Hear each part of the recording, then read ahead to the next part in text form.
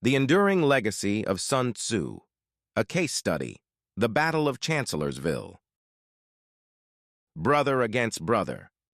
In the turbulent era of the American Civil War, a conflict that pitted brother against brother and tore a nation apart, General Robert E. Lee of the Confederacy emerged as a brilliant military strategist.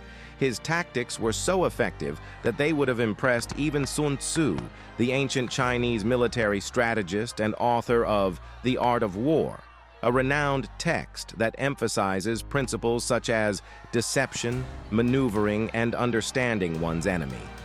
While there is no definitive evidence of Lee directly studying Sun Tzu's writings, his strategic acumen and successful implementation of similar principles suggest a deep understanding and application of Sun Tzu's teachings on the battlefield.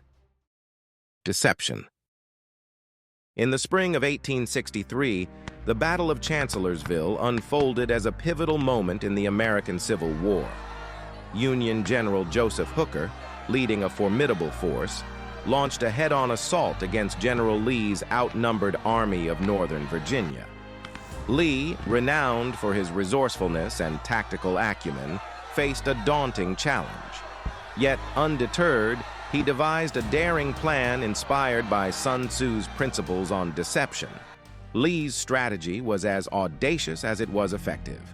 While a smaller Confederate force engaged the Union Army in a frontal attack, Lee led the majority of his troops on a daring flanking maneuver.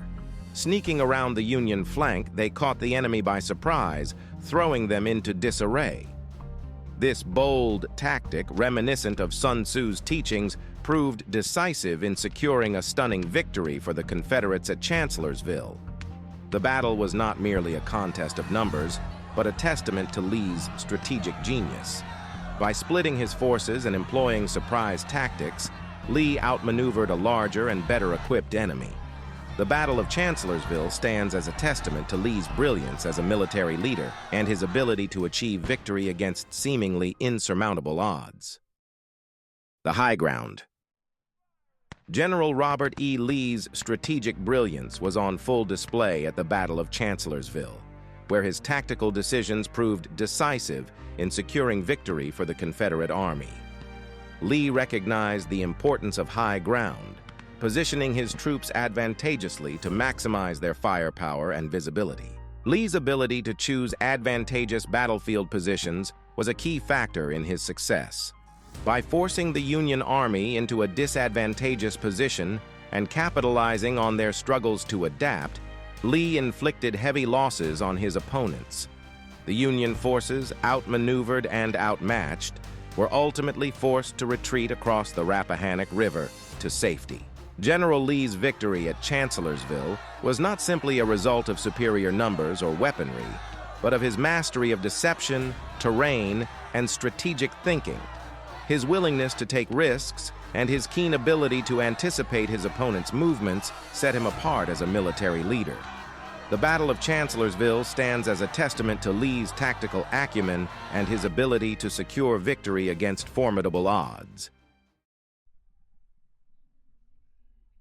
Chancellorsville.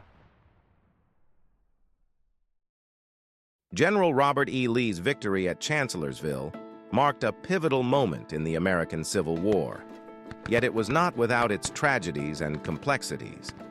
While the triumph bolstered the morale of the Confederate Army, instilling in them a fierce loyalty to Lee, it came at a profound cost. The accidental shooting of Lee's trusted advisor, Stonewall Jackson, by his own men, resulted in the amputation of Jackson's arm. Despite the best efforts of his doctors, Jackson succumbed to pneumonia just 2 days later, leaving a void in Lee's command that could never be filled. However, Lee's victory was not solely a result of luck or circumstance.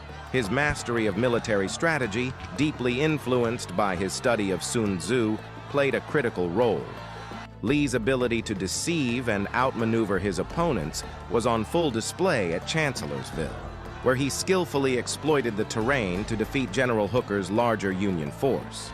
This victory not only solidified Lee's reputation as a brilliant tactician, but also demonstrated his unwavering determination to secure Confederate independence. Despite the setback of losing Jackson, Lee continued to lead his army with remarkable skill and resolve. His subsequent campaigns, though ultimately unsuccessful in achieving Confederate victory, further underscored his strategic acumen and unwavering commitment to his cause. Lee's legacy as a military leader is one of complexity, marked by triumph and tragedy. Yet his strategic brilliance and steadfast leadership continue to be studied and admired to this day. The man, the legend. General Robert E. Lee's brilliance on the battlefield is undeniable. Yet even he faced challenges that tested his strategic prowess. While he initially impressed with his tactics, including daring flanking maneuvers and surprise attacks, Lee's later reliance on cavalry charges and frontal assaults proved less effective against a more prepared Union army. As the war progressed, the tide began to turn in favor of the Union, largely due to the relentless efforts of Ulysses S. Grant. Grant's strategic approach and determination eventually led to key victories that weakened the Confederacy. Despite facing defeat, Lee's adherence to Sun Tzu's principles and his ability to innovate under pressure solidified his legacy as one of America's greatest military minds. Lee's victory at Chancellorsville gave him the momentum to launch the Gettysburg Campaign a month later, showcasing his strategic agility and determination. Even in defeat, Lee's cunning strategies and commitment to Sun Tzu's teachings ensured his place in history as a formidable military leader. Thanks for watching. Please subscribe to the channel for more great content.